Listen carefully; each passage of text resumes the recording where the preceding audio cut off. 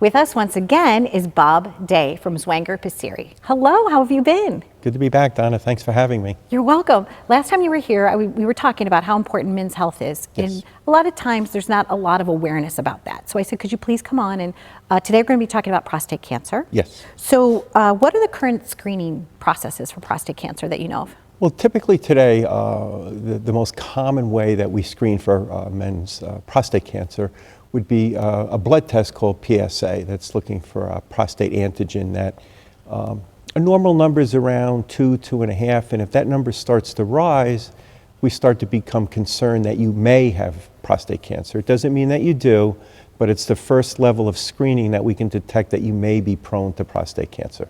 Is there an age that somebody should kind of typically get a first screening at? Yeah, usually it's in that, 45 to 50-year-old range, about when we would start to screen for colon cancer, right about the same age. Oh, really? Okay, so both colon and prostate. Now, are they related at all, or they just happen to be in the lower region under your belly button, right? Pretty much, yeah, but there's no relation. There's no relation. Okay, Yeah. so you kind of need to be screened for both. Yes. Okay, and biopsies also for prostate cancer. I mean, a lot of men are so sensitive about that because it's probably one of the most sensitive areas on their human figure. Yes.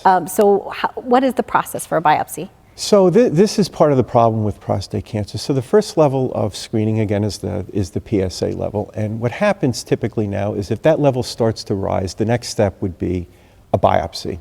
Unfortunately, the way it's being performed now, but it's starting to change, is something that we call a blind biopsy. Okay. So if you can think about it, I always like to compare prostate to a woman's breast imaging. Okay. So if we're worried about breast cancer, you have a mammogram and an ultrasound. And if we detect the area, we do what we call a guided biopsy. So we're going to take the needle and through ultrasound or mammography, we will guide the needle to the area that we're concerned about. Correct, whether it's a shadow, whether it's a mass, Exactly, whatever things it is. that would typically look like cancer on imaging. Okay. Now let's look at prostate cancer in a way that's been done up until recently.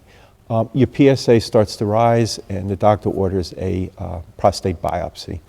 So not to get too clinical, but the way that's performed is transrectally. So it's very, very uncomfortable. Okay. If you can picture the prostate gland about the size of a walnut and then divide it into segments, 12 segments like a clock, what we do is we don't have a specific area that we go after, but what we do is we take pieces of tissue from each segment. So the problem with this is that we are sampling blindly. We can, by chance, hit the cancer with the needle, extract the tissue, and know that you have prostate cancer. Unfortunately, you can miss the cancer by being around it, not actually getting the needle into it because we're not being guided to it.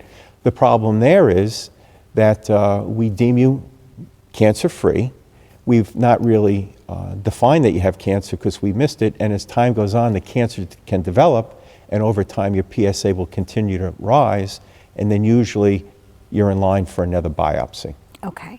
What steps are you taking, not you personally, but you overall, collectively, at Zwanger-Pesiri, to help this process, to help men either get diagnosed earlier or like what's happening there? What's exciting? Because I know that you've got some new things that you're working on. Yeah, so I think what's exciting about detecting prostate cancer now is we're using imaging. Okay. Now, being in radiology, this is something that we do routinely. So your PSA score starts to rise. Rather than go directly to the biopsy, we're finding what we think is going to be the future of how to manage prostate cancer or certainly detect it is through imaging with an MRI machine. MRI has developed over time, and the machines or the cameras, the lenses on the cameras have gotten better. They're more powerful. They're able to detect smaller things. We can put you in the MRI machine. We can lay something on top of you. And in about 15 to 20 minutes, we can take a very high-resolution, detailed look at your prostate gland and detect if there is cancer, where it is, how big it is, if it's starting to break outside the prostate gland to get into your pelvis, which would then become very destructive. So it's not only to detect the cancer, but it also helps us stage the cancer.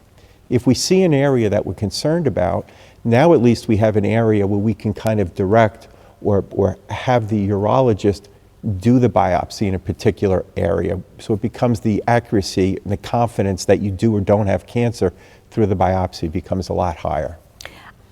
I believe when you talk about physicians and things like that, Zwanger-Pesiri, I believe, plays an important role in making sure the overall wellness of that patient, is happening. It's almost like you're the conductor, the conduit of the information. Right. That's an incredible responsibility, but we do believe that early detection can lead to longevity, longer lifespan. And Yes, and I think radiology plays an important role in screening because Okay. there are several types of screening. A lot of it can be done through a lab or blood work, but more and more we're using imaging, and imaging is kind of over the last couple of years gotten kind of a bad name because of the high cost driving healthcare up.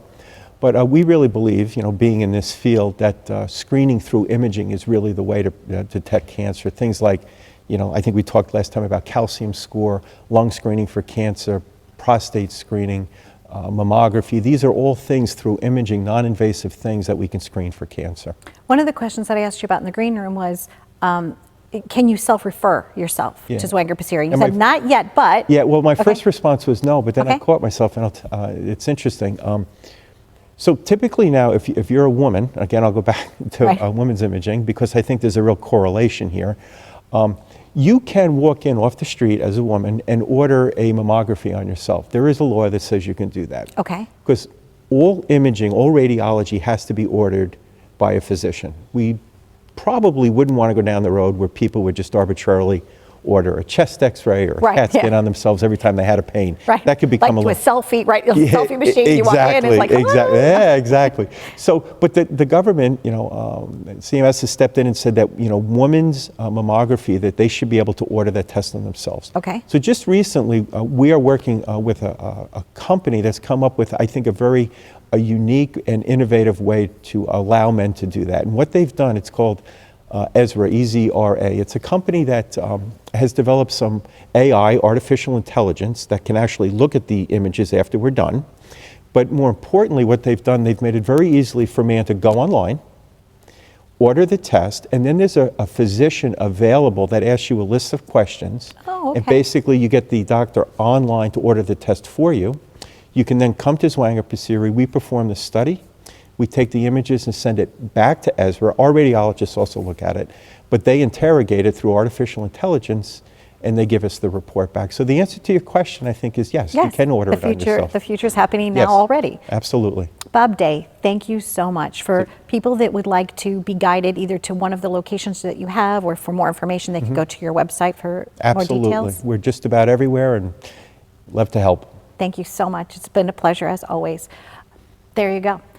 If you're a man or if you're someone that loves a man and you really care about their health or you care about your own health, please check out their website for more information. And please always know that I care about you. Stay tuned for more on Live It Up.